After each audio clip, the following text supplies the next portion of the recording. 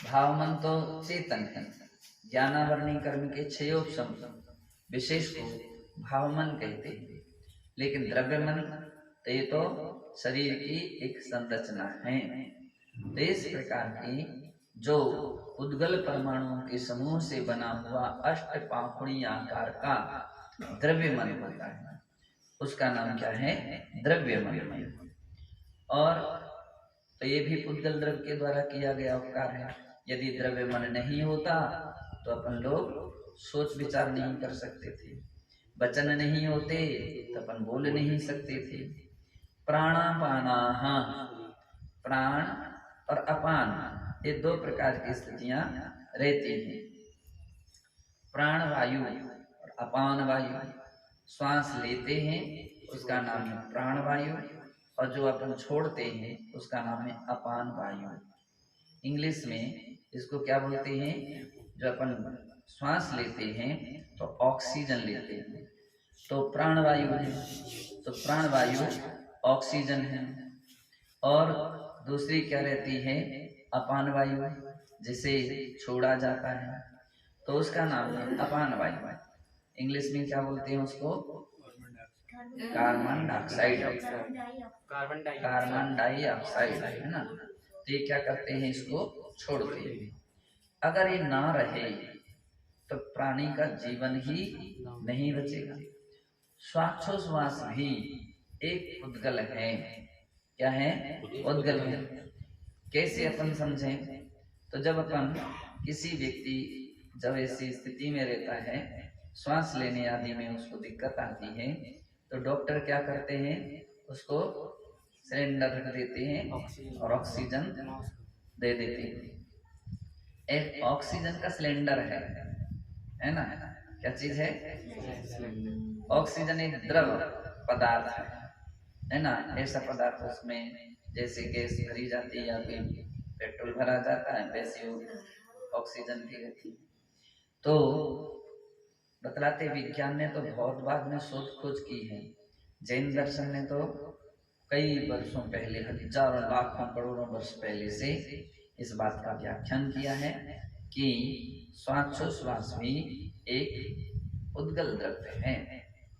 तो इस प्रकार से उद्गल द्रव्य जीव के प्रति शरीर के रूप में, वचन के रूप में, मन के रूप में और श्वासोश्वास के रूप में उपकार करता है। और भी उपकार करता तो बोले हाँ, वह है सुख दुख जीवित मरणोपग्रहाश्च, सुख दुख जीवित मरणोपग्रहाश्च, सुख दुख जीवित मरणोपग्रहाश्च, सुख दुख जीवित मरणोपग्रहाश्च। बदलाने किस रूप में कर रहा है? एक तो सुख, और कौन सा सुख? इंद्रिय सुख, इंद्रिय सुख। दूसरा दुख, कौन सा दुख? इंद्रिय दुख। जीवित और मरण। अब अपन देख रहे हैं कि सुख रूप में कदाचित ऐसा प्रसंग आया, धूप बहुत थी, छाया आ गई, तो ये क्या हो गया? इस उद्गल द्रव्य ने अपना उपकार कर दिया, धूप नहीं लग पा रही है ना। तो इस प्रकार से पानी बरस रहा था, छत्ता लगा लिया, तो उसके द्वारा उपकार हो गया है, सुख में सहयोगी हो गया। कोई व्यक्ति भूखा था, उसके लिए भोजन मिल गया, तो इस सुख में उपकार हो गया। बीमार था, उसके लिए दवाई मिल गई, तो उसके सुख में उपकार हो गया। तो ये अनेक प्रकार से उद्गल द्रव्य भी जीव का सुख रूप उपकार करता है, दुख रूप भी उपकार करता है। ये भी उपकार है उसका कि उद्गल द्रव्य प्राणी को दुख भी दे रहा है। जैसे कि अपन देखते हैं कि किसी ने किसी को पत्थर मार दिया, लाठी मार दी, तलवार मार दी, आदि आदि। तो इस प्रकार की उस सामग्री के कारण से उसको दुख हुआ है, उसको कष्ट हुआ है, तो ये दुख रूप उपकार हो रहा है। जीवन ये भी उद्गल द्रव्य उपकार कर रहा है, क्योंकि प्राण कितने होते हैं? 10। याद रखिए, कितने प्राण होते हैं? 10। 5 इंद्रियां तो सबको पता ही है, स्पर्शन, रसना, घ्राण, चक्षु, कर्ण, ये 5 इंद्रियां। अब 3 बल, मन बल, वचन बल, काय बल, तो 5 और 3 8। एक श्वासोश्वास और एक आयु। तो ऐसे मिला देंगे तो 10 प्राण हो जाते हैं। 10 प्राण पंचेंद्रिय जीव के ही 10 प्राण होते हैं, है ना। जिनके पास 2 इंद्रिय है, मतलब 1 इंद्रिय है, तो उसको 10 नहीं रहेंगे, उसको कितने प्राण होंगे? तो 4। एक स्पर्शन इंद्रिय और 3 एक वचन यानी एक रहेगा श्वासोश्वास, एक आयु और एक काय वायु, ये 4। 2 इंद्रिय जीव हैं तो 1 इंद्रिय बढ़ गई और श्वास उसकी वचन भाषा वचन वर्गना भी बढ़ गई, वचन बल भी बढ़ गया, तो उसके लिए कितने हो जाएंगे? 6। 5 किसी के नहीं होंगे, तो 4 से एकदम सीधा 6 पर आ गया। और फिर 1 इंद्रिय बढ़ गई 3 इंद्रिय की, तो कितने हो गए? 7। 4 इंद्रिय जीव में 1 और इंद्रिय बढ़ गई, तो कितने हो गए? 8। असंगी पंचेंद्रिय में 1 इंद्रिय और बढ़ गई, तो कितने हो गए? 9। और संगी पंचेंद्रिय में 1 मन बल और बढ़ गया, तो कितने हो गए? 10। अपन सभी 10 प्राणों से सहित हैं। तो यहाँ पर कहा जा रहा है कि प्राण एक पुद्गल है, ये सब क्या है? द्रव्य प्राण पौद्गलिक है। तो इस प्रकार से उनके होने से जीव जी रहा है, अगर वो ना होते तो जीव जीता ही नहीं। तो लय में 10 प्राणों के संयोग से जीव जीता है, ये उपकार कर रहा है। उन 10 प्रकार के प्राणों में भी अलग अलग विभाग हैं। कोई ऐसे हैं कि जिनके होने पर ही जीव जिएगा, जिनके नहीं होने पर बिल्कुल नहीं जी सकता है। अथवा कुछ ऐसे हैं कि जिसके होने पर जी तो सकता है, लेकिन जिस रूप में जीना चाहिए था उस रूप में नहीं जी सकता है। उदाहरण के तौर पर आयु प्राण ना हो तो प्राणी जी ही नहीं सकता है। आयु आवश्यक है उसको जीने के लिए, तो एक ऐसा आयु प्राण है। श्वासोच्छ्वास ना हो तो ले आयु नहीं है तो एक भी सेकंड नहीं रह सकता है। आयु क्षय होती है 1 मिनट, एक समय में भी वह नहीं रह सकता है, तुरंत उसकी मृत्यु हो जाएगी। लेकिन श्वासोच्छ्वास है तो प्राण तो है, लेकिन इतनी विशेषता है कि 2 मिनट तक या 3 मिनट तक जिसकी जितनी क्षमता है श्वास को रोकने की, उतने समय तक वो जी सकता है। लेकिन इससे ज्यादा अगर कुछ हुआ तो खत्म हो जाएगा, वो जी नहीं सकता है। तो इस प्रकार से श्वासोच्छ्वास एक प्राण है। बाकी के प्राण एक ऐसे हैं कि जिनके रहने पर जीव जी भी सकता है और नहीं रहने पर भी जीव जी सकता है। कि शरीर है छिन्न भिन्न भी कर दिया जाए, आप कोई व्यक्ति किसी की एक्सीडेंट हो गया, कुछ भी हो गया है ना, या ऐसी रोग बीमारी हो गई कि हाथ पैर काटना पड़े तो भी वो जी सकता है। आँख खराब हो गई तो भी वो जी सकता है, कान खराब हो गया तो भी जी सकता है, नाक मुख जीव आदि भी खराब हो गई है तो भी वह जी सकता है। तो आयु और श्वासोच्छ्वास ऐसे हैं जो उत्कृष्ट प्राण माने जाते हैं, जिसके बिना वो जी सकता नहीं। तो ये सब उद्गलिक हैं, इसलिए उद्गल इस प्रकार से भी जीव का उपकार कर रहा है। और कहते हैं कि जीव किसका उपकार करता है? कहते परस्परोपग्रो जीवानां, परस्परोपग्रो जीवानां, परस्परोपग्रो जीवानां, परस्परोपग्रो जीवानां, जीवानां जीवों का परस्पर में उपकार करता है। बतलाते हैं सर्वार्थ सिद्धि में उदाहरण दिए गए हैं, 3 उदाहरण दिए गए, जैसे पिता पुत्र का, पुत्र पिता का उपकार कर रहा है, स्वामी सेवक का, सेवक स्वामी का। एक मालिक है और एक नौकर है, तो मालिक नौकर का कर रहा है, नौकर मालिक का कर रहा है। पहली बात, पिता पुत्र का उपकार कैसा कर रहा है? तो पिता पुत्र का इसलिए उपकार कर रहा है कि उसका लालन पालन करते हैं। पिता माता पिता लालन पालन कर रहे हैं, ये उपकार है। बेटा पिता माता पिता का उपकार क्या करता है? जब वो बेटा सक्षम हो जाता है, समर्थ हो जाता है, तो और पिता असमर्थ हो जाए, वृद्ध हो गए हैं, तो फिर बेटा माता पिता की सेवा करता है, कमा करके लाता है, उनकी संभाल करता है। ते पिता पुत्र का उपकार कर रहा है। स्वामी सेवक का नौकर जो है वो जो भी मालिक है तो उसकी काम जो भी है उसका उपकार कर रहा है, उसके काम में मदद कर रहा है, सहयोग कर रहा है। तो अलग अलग फैक्ट्री हैं, बहुत सारे कारखाने हैं, बहुत सारे काम हैं, तो उन सारे काम के लिए नौकर उसका उपकार कर रहा है। तो मालिक भी नौकर का उपकार कर रहा है। क्या उपकार कर रहा है? वेतन दे रहा है और वेतन दे रहा है।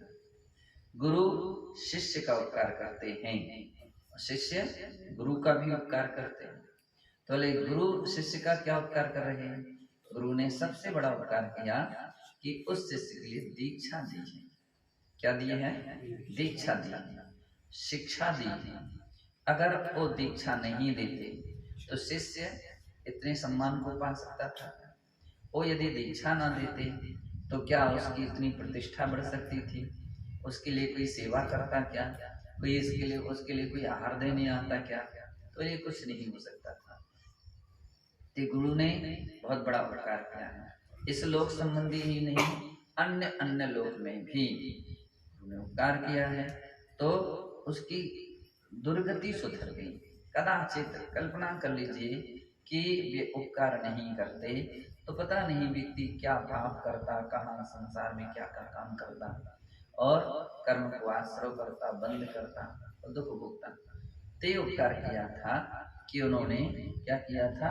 दीक्षा दे दिया है। तो परमार्थ की हुआ धर्म ध्यान कर रहा है, अपनी क्रियाचर्या बनाए हैं, तो इससे उसके लिए स्वर्ग आदि की प्राप्ति होगी। संभवतः ऐसा कोई जीव रहा, निकट भव्य जीव रहा, तो उसी भाव से मोक्ष भी कर पा सकता है, संबर निर्जरा करके मोक्ष भी पा सकता है। और निकट भव्य नहीं भी है तो बतला रहे हैं मोक्ष मार्ग पर रखा है गुरु ने। अंगुली पकड़ करके चलाते हैं, अंगुली पकड़ करके चलाते हैं, तो बतलाते हैं दूरियां तो कम हो रही हैं मोक्ष के पाने की, तो ये मोक्ष मार्ग पर लेकर के रखा है। तो वहां पर कहा सर्वार सिद्धि में गुरु शिष्य का ऐसा उपकार करते हैं। बुरे संस्कार अनादि के रहते हैं, इतनी जल्दी नहीं टूटते, तो वे कंट्रोल करते, डांटते हैं, विशेष प्रायश्चित देते हैं, दंड देते हैं, तब कहीं वे पुरानी आदतें चेंज हो पाती हैं। और शिष्य गुरु का उपकार करते हैं, तो शिष्य गुरु का क्या उपकार कर रहा है? तो आप ये ना समझे कि हाथ कर दबा रहा है उपकार कर रहा है। शिष्य गुरु की आज्ञा का पालन करता है, उनके अनुशासन यानी जो उनकी नियम पद्धतियां हैं उसमें रहता है, तो ये शिष्य का गुरु के प्रति उपकार है। तो सर्वार सिद्धि में पूज्यपाद स्वामी ने कहा शिष्य के द्वारा किया गया उपकार, बोले आज्ञा अनुशासन का पालन करना, इस शिष्य के द्वारा किया गया गुरु के प्रति उपकार। और वो भी कैसा पालन करता है? मन से, वचन से, काय से। तो इस प्रकार के बड़े बड़े योग से करता है। इसी का नाम है समर्पण। समर्पण किसे कहते हैं? समर्पण का अर्थ है नहीं कि हम दीक्षा दे दी, उन्होंने दीक्षा ले लिया, उन्होंने नहीं। समर्पण यानी ये हो गया कि हम अब जिंदगी भर आपकी आज्ञा का पालन करेंगे, आपकी आज्ञा में रहेंगे, आपके अनुशासन में रहेंगे, उसका कभी भी स्वप्न में भी उल्लंघन नहीं करेंगे, उसकी प्रतिज्ञा है। ये है शिष्य और गुरु का संबंध।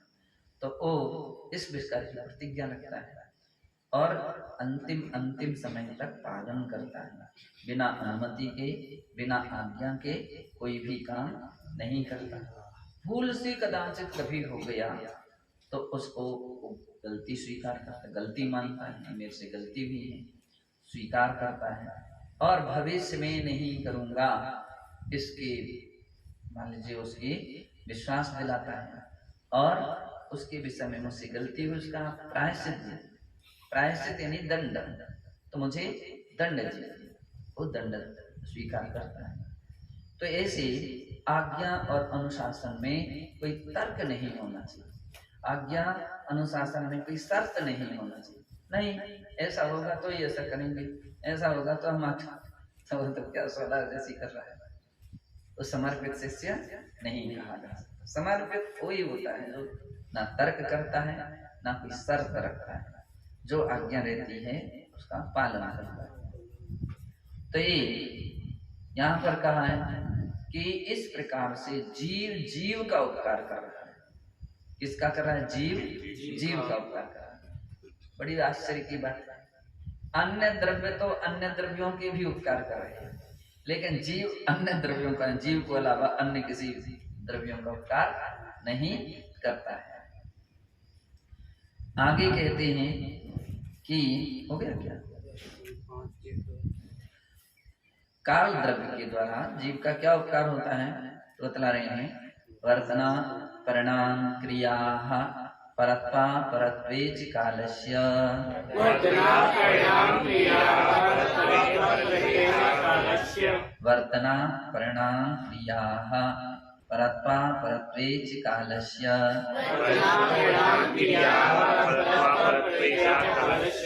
काल द्रव्य के द्वारा सभी द्रव्यों के लिए काल द्रव्य उपकार कर रहा है। कौन कौन सा? वर्तना, परिणाम, क्रिया और परत्व तथा अपरत्व के रूप में काल द्रव्य उपकार कर रहा है। जैसे वर्तना, अब वर्तना रूप में उपकार कैसे कर रहा है?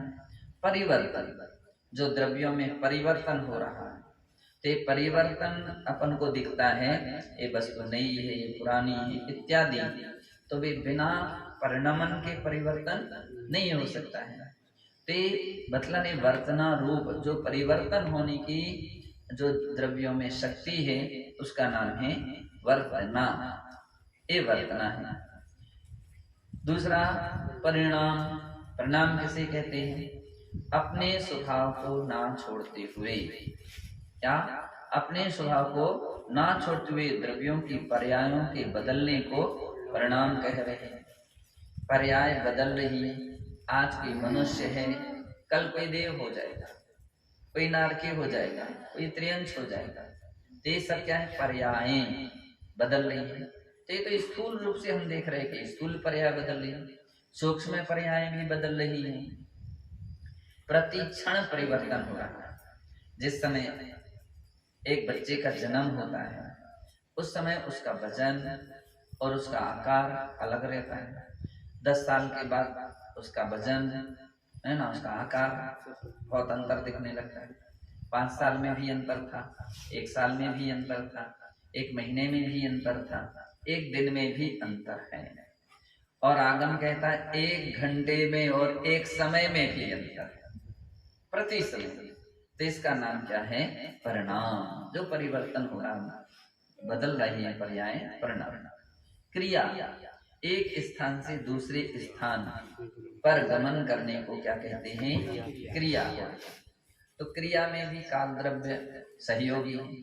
आप बतलाते हैं कि इंडिया से अमेरिका जाने में कितना समय लगता है?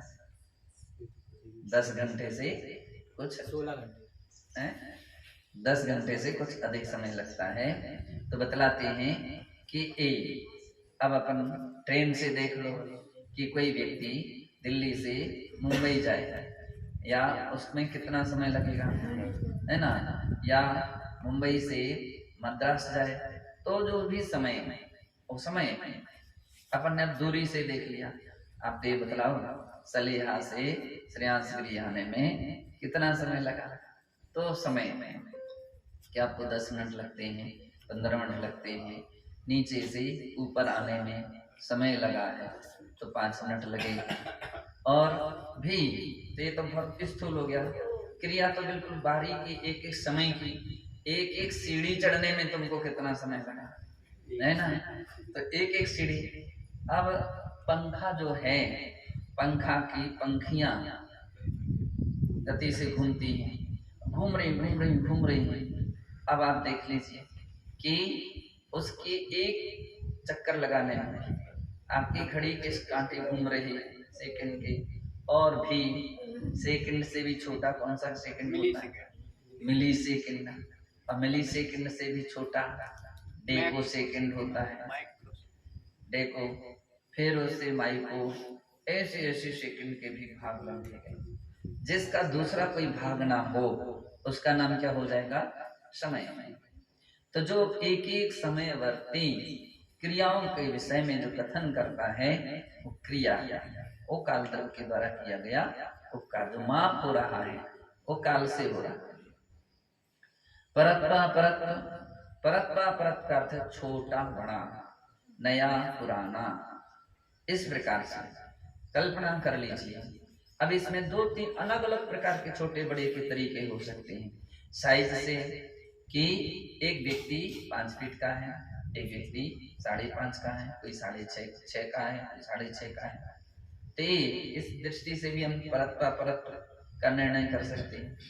दूसरी, काल द्रव्य किस बात पर अंतर डाल रही है कि ये व्यक्ति इनसे 1 साल छोटे हैं, ये 1 साल बड़े हैं, इतने महीने बड़े हैं, इतने महीने छोटे हैं। तो इस प्रकार का परत के द्वारा भी हम निर्णय करते हैं। ये सब काल द्रव्य के द्वारा किया गया उपकार है। तो इस प्रकार से यहाँ ऐसा जानना चाहिए।